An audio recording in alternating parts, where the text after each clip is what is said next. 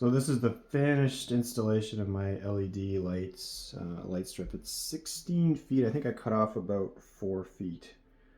Originally I was going to use it in the kitchen, but I decided to use it in here. So a couple days ago I just put it up here with an existing cable management box. I love these boxes. I've bought 3 or 4 of them over the years, and they're so handy for lots of different things. I have 4 or 5 of them installed at home, and I hate seeing wires like anybody. So you can just see like a tiny piece of wire there, but otherwise it's clean.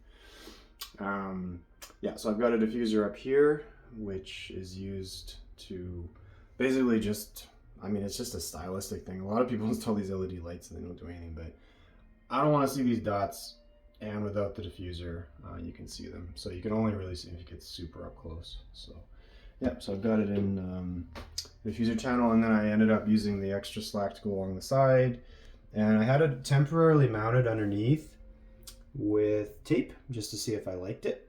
And because obviously once you got LED lights on the underside of your sink, you can see all the stains, any water stains, or if you didn't, I'm pretty good at cleaning. I've got, you know, I think I've got one of these in 3 different rooms. So if I see streaks and shit like that, I clean like pretty regularly.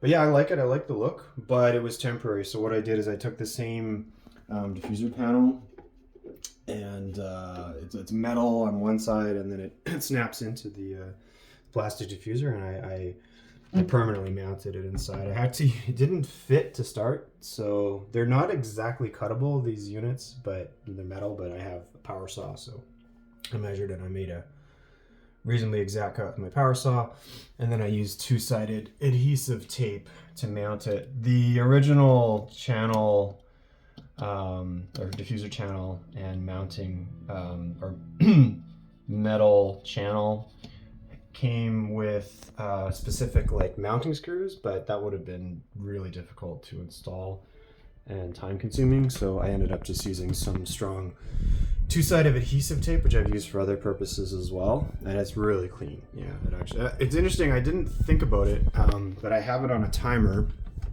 I have this Govee, these cheap Chinese wireless timers. I got 4 of them. One of them is on my plant shelf outside, or not outside, but here. This turns on at 4 p.m. every day, and then I've got a purpose for another one, which will be for the shelf, the IKEA shelf where my plants are going to be. And so it turns on at 4 p.m. each day. And I came in today and I was like, oh, cool. And you can actually see part of the channel through, which is kind of a neat effect, which I didn't actually plan on. All I wanted was it to be clean and not to fall down, but that's what it looks like. So it actually looks good with the door open or not. So I'm really happy.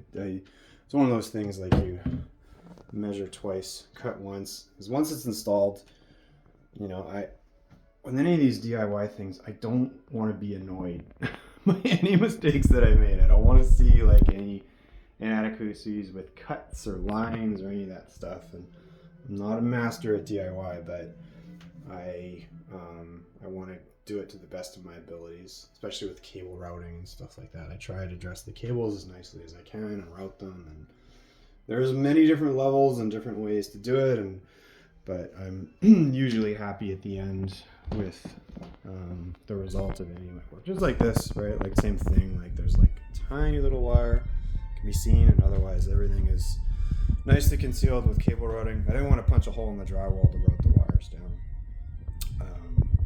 Yeah, that's it.